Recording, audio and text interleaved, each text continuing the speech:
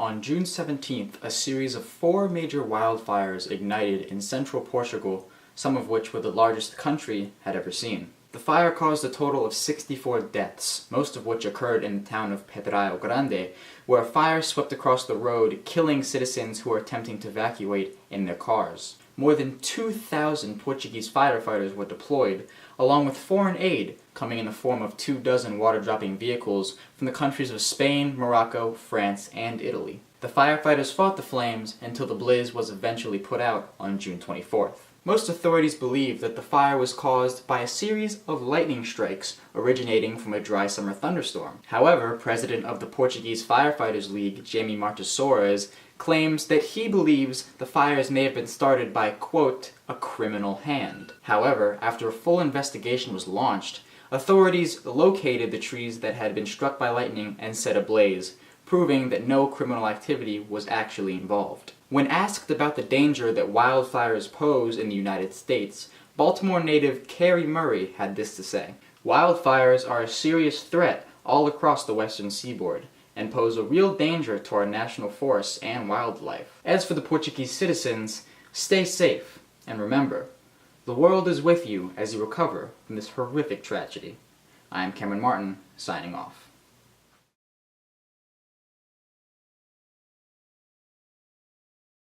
Hawaii, known for its beautiful beaches, violent volcanoes, and nuclear strikes? As tensions rise between the United States and North Korea, even citizens of the island paradise are being affected. On July 5th, the North Korean military conducted a successful test on an intercontinental ballistic missile, which appears to have the capabilities to reach both Hawaii and Alaska. This prompted the state's emergency management authorities to release guidelines on how to survive a nuclear detonation. The statement says that citizens should listen to the radio for further instructions, find a shelter, preferably concrete, and be prepared to stay there for up to 2 weeks after the detonation.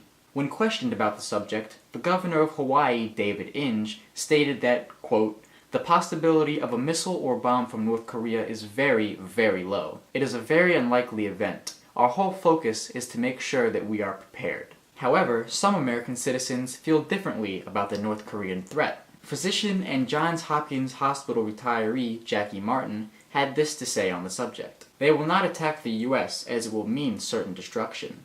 Their ally China will not intervene on their behalf if North Korea strikes first. It is a dangerous game that he is playing, and a mistake could lead to the destruction of both Koreas." As citizens of Hawaii prepare for a nuclear missile that may or may not come, Channel 7 will keep you covered. Stay tuned.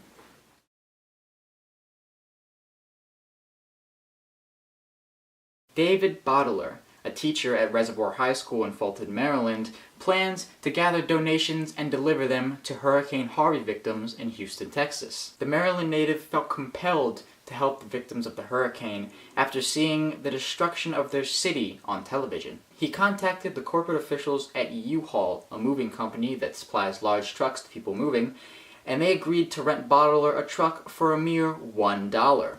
After acquiring his truck, David sent out an email to nearby schools, Fulton Elementary, Limekiln Middle, and Cedar Lane, asking for donations, which was responded to with enormous generosity. "It absolutely exploded with people so eager to contribute," stated Bottler. The experience even prompted Bottler to start a club at Reservoir High School called the Difference Makers, which aims to connect various schools through community service. Howard County native Colin Martin had something to say on the subject, stating, quote, "When I heard that within my community, average Joes like myself were coming together to help our brothers and sisters in Texas, I couldn't help but feel a great sense of pride, knowing that my community was making a difference." Donations can be brought to Reservoir High School's main office on the dates of September 6th through September 8th between 8 a.m. and 2:30 p.m., and we here at Channel 11 encourage you to do so. I'm Cameron Martin, signing off.